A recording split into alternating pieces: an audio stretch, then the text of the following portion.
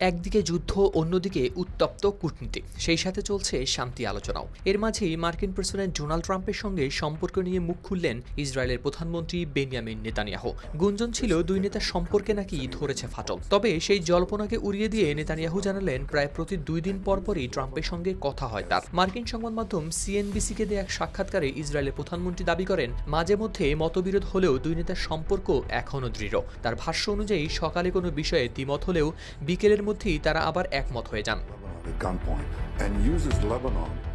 সম্প্রতি লেবাননে ইসরায়েলের সামরিক অভিযান নিয়ে ট্রাম্পের সঙ্গে তার উত্তপ্ত ফোনালাপের খবর প্রকাশের পর দুই নেতার সম্পর্ক নিয়ে শুরু হয়েছিল নানা আলোচনা। এমনকি ট্রাম্প নিজেও স্বীকার করেছিলেন ফোনালাপে তিনি ব্যবহার করেছিলেন কঠোর ভাষা। কিন্তু এসব গুঞ্জনকে গুরুত্ব দিতে রাজি নন নেতানিয়াহু। তিনি বলেন, মিত্রদের মধ্যে কৌশলগত মতবিরোধ থাকতেই পারে। নেতানিয়াহু আরও বলেন, সকালে মতবিরোধ হতে পারে, আবার বিকেলের মধ্যেই ঐক্যমতেও পৌঁছানো সম্ভব। সবচেয়ে সুখী পরিবারেও যেমন মতপার্থক্য দেখা যায়, তেমনটাই ঘটছে তাদের মধ্যেও। ইরানকে ইসরায়েল ও যুক্তরাষ্ট্র উভয়ের জন্যই অস্তিত্বের হুমকি দাবি করে নেতানিয়াহু বলেন, তেহরানকে পারমাণবিক অস্ত্র অর্জন থেকে ঠেকানোই সবচেয়ে গুরুত্বপূর্ণ লক্ষ্য। যদিও যুদ্ধ কিভাবে শেষ হবে সেই প্রশ্নের উত্তর এখনও নয় স্পষ্ট।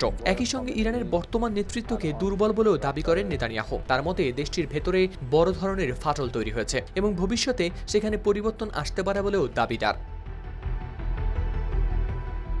এদিকে চলমান সংঘাতের কারণে তেলের বাজারে উদ্বেগ বাড়লেও নেতানিয়াহুর দাবি, হরমুজ প্রণালীর উপর নির্ভরতা কমাতে ইতিমধ্যেই বিকল্প পথ তৈরি করা হচ্ছে। তাই বিশ্বব্যাপী জ্বালানি সংকট নিয়ে অতিরিক্ত উদ্বিগ্ন হওয়ার কারণ দেখছেন না তিনি। ফ্রান্সের প্রেসিডেন্ট ইমানুয়েল ম্যাক্রন সহ কয়েকজন ইউরোপীয় নেতারও সমালোচনা করেন ইসরায়েলি প্রধানমন্ত্রী। তার অভিযোগ, ইউরোপের অনেক নেতা কঠিন অবস্থান নেওয়ার সাহস দেখাতে পারছেন না। সব মিলিয়ে যুদ্ধ, কূটনীতি ও বৈশ্বিক উদ্বেগের মাঝেও নেতানিয়াহুর বার্তা একটাই, ট্রাম্পের সঙ্গে তার সম্পর্ক এখনও অটুট, আর দুই নেতার যোগাযোগও চলছে নিয়মিত।